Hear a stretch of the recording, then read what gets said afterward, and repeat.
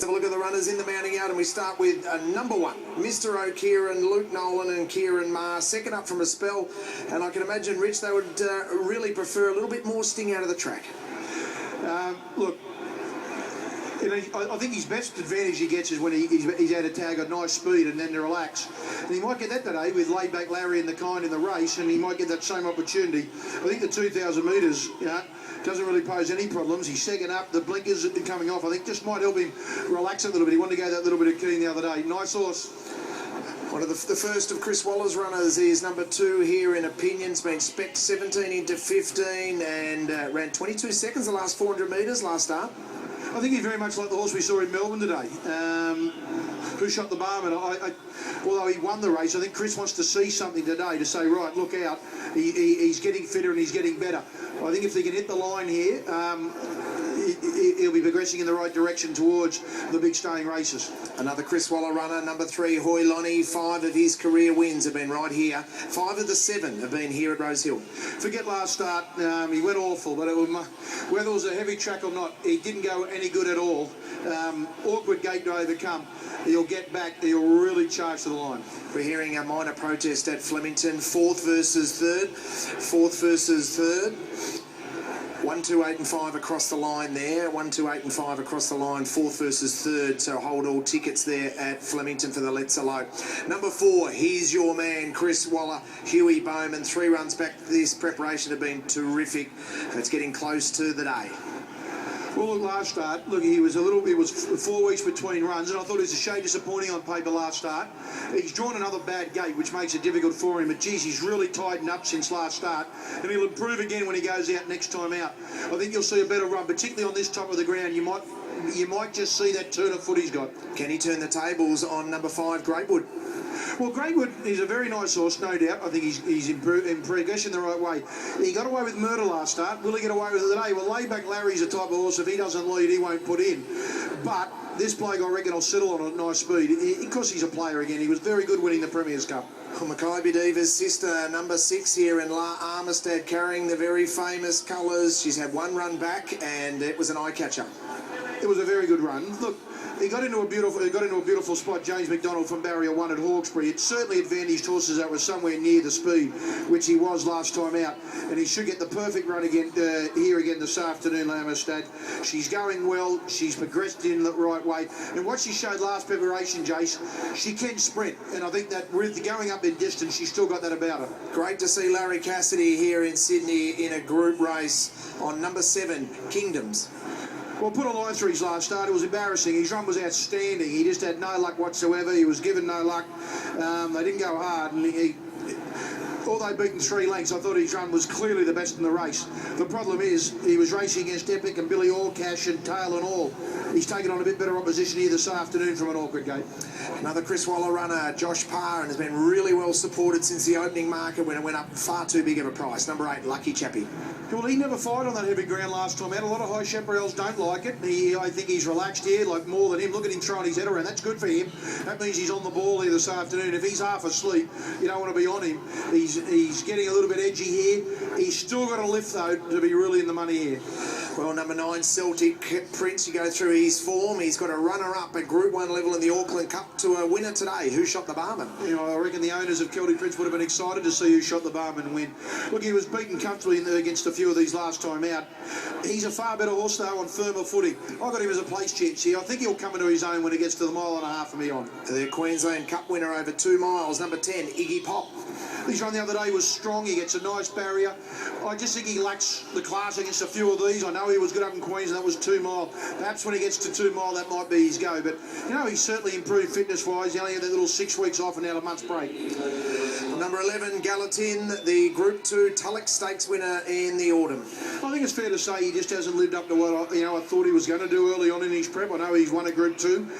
His last start, it wasn't too bad. He hit the line okay. I think they'll be looking for another backup run here to say that we're back on the song. Many good form judges are saying that the heavily handicapped at Melbourne is going to be one of the key lead-up races, one of the key form races, and number 12 Single ran a good race. Ran a very good race, that's why I put him in for fourth. He was $61 when we did the preview, Richo, a few hours ago. He's now $26 Single on the limit weight. Whether he can beat the others, I'm not so sure. But you go back and he's a player here. He's nice and relaxed and semi-clipping having his first go on him. You can have $61 here on course for the Kiwi, number 13, Dean Martin. Yeah, look, he's only had the one run in Australia. He didn't show enough in a lesser grade than this on a wet track. Admittedly, he hadn't shown a lot on wet tracks back home, so he might improve, but he'd need to. And number 14 is the last of our runners. 1-3 starts ago. Laidback Larry. Look, he was good when he won here. Different grade this afternoon, but he backs up after not handling the heavy track or slow track at Wong and going 100 miles an hour. HOYLONNY went in, and that appears to be the last of them. So the starter about to go up and pick up the button. And they're all set to go for the Kingston town. And they're off. And as they appear in view, Laidback Larry, AMISTAD and Edie Pop began well. Dean Martin was away nicely from the inside. And Greatwood is starting to move up in the centre of the track. And also up there with them is Mr. O'Kieran. There's about 5 or 6 stretched across the track in the early stages. He's your man's able to slot in behind him with a trail today. And then Single Celtic Prince followed by Lucky Chappy. Kingdoms as well back from Gallatin, Opinion and HOYLONNY. So Greatwood eventually kicked up and went clear. And it's Greatwood in front, leading from the stablemate Laidback Larry. Mr. O'Kieran third, followed by Poplar AMISTAD on the outside, going past it up into fourth now. Then a couple of lengths to He's Your Man, followed by Dean Martin. And then a gap to Single Lucky Chappy, Celtic Prince, Kingdoms, Gallatin, Opinion, and HOYLONNY's at the back of the field. So running to the 1100, and the leader is Greatwood. He gets his own way in front again today. Leads out from Laidback Larry. And then in third spot, we've got Mr. O'Kieran. AMISTAD's in fourth on the outside, about 2.5 to 3 off the leader. And then Pop back on the rail, followed by He's Your Man. Then came Dean Martin, followed by Single Lucky Chappy, and then came Celtic Prince. At the head of the others, Gallatin, followed by Kingdoms, HOYLONNY, and Opinion is last of all. So no moves as yet as they go to the 600 metre mark. And it's Greatwood in front of the stablemate Laidback Larry, who's being urged along to stay with Greatwood. Mr. O'Kieran is on the back of the leader. AMISTAD has now taken a little bit wider and is starting to roll into it, followed by Iggy Pop, and He's Your Man is now pulled to the centre of the track. The leader is Greatwood. He doesn't want to stay on the rail. He's off the fence and it's shot away. It's a couple of lengths in front of Mr. O'Kieran. He's Your Man is starting to let rip down the centre. Iggy Pop getting an inside run, but it's He's Your Man taking the lead with Kingdoms emerging out after him. He's Your Man's in front though by a length and a half on Kingdoms down the outside from Lucky Chappy, but He's Your Man is going great guns. And He's Your Man beat Kingdoms. Photo for third, Dean Martin or Lucky Chappy.